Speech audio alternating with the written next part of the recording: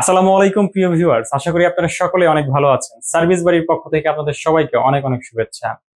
প্রথমেই আপনাদেরকে অনেক অনেক ধন্যবাদ যারা আমাদের সাথে এখন পর্যন্ত সাবস্ক্রাইব করে আমাদের সাথে রয়েছেন।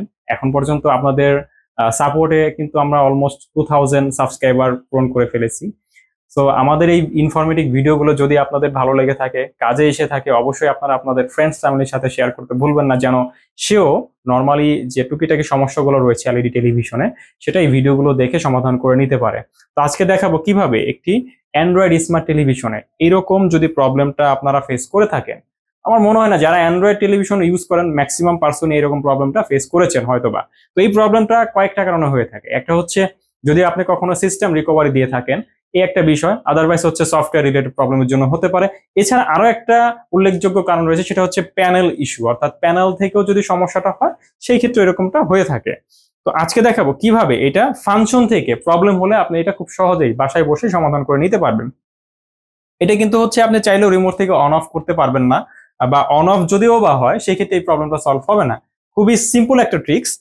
এখানে যে আপনার টেলিভিশনের যে সুইচ গুলো রয়েছে, একটু সামনে চলে আসবেন, আমি একটু দেখাই।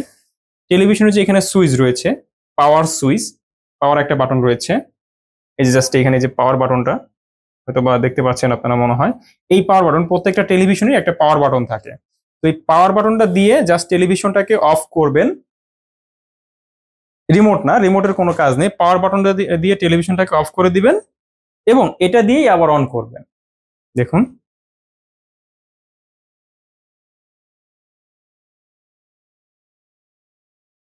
দেখুন আমি কিন্তু হচ্ছে রিমোট দিয়ে কিছুই করিনি। রিমোট দিয়ে আপনি যতবারই অন অফ করেন না কেন এটা কিন্তু সমাধান হবে না। জাস্ট এই পাওয়ার সুইচটা দিয়ে অফ করবেন এবং অন করবেন, দেখবেন যে এই প্রবলেমটা সলভ হয়ে গেছে। খুবই ইজি একটা ট্রিক্স, বাট এটা কিন্তু অনেকেই না জানার কারণে কিন্তু অনেকে ফোন ফোন দিতে হয় বা কোনো একটা টেকনিশিয়ানের হেল্প নিতে হয়, যেটা হয়তো বা সব সময় সবাইকে অ্যাভেলেবেল পাওয়া যায় না। তো আশা করি আমাদের এই ভিডিওটা আপনাদের কাজে আসবে। যদি ভালো লেগে থাকে অবশ্যই লাইক কমেন্ট শেয়ার করতে ভুলবেন না, এবং নতুন নতুন আরো ভিডিও পেতে আমাদের এই চ্যানেলটি সাবস্ক্রাইব করে আমাদের সাথে থাকবেন। ততদিন পর্যন্ত সবাই সবাই সুস্থ থাকবেন। আল্লাহ হাফেজ।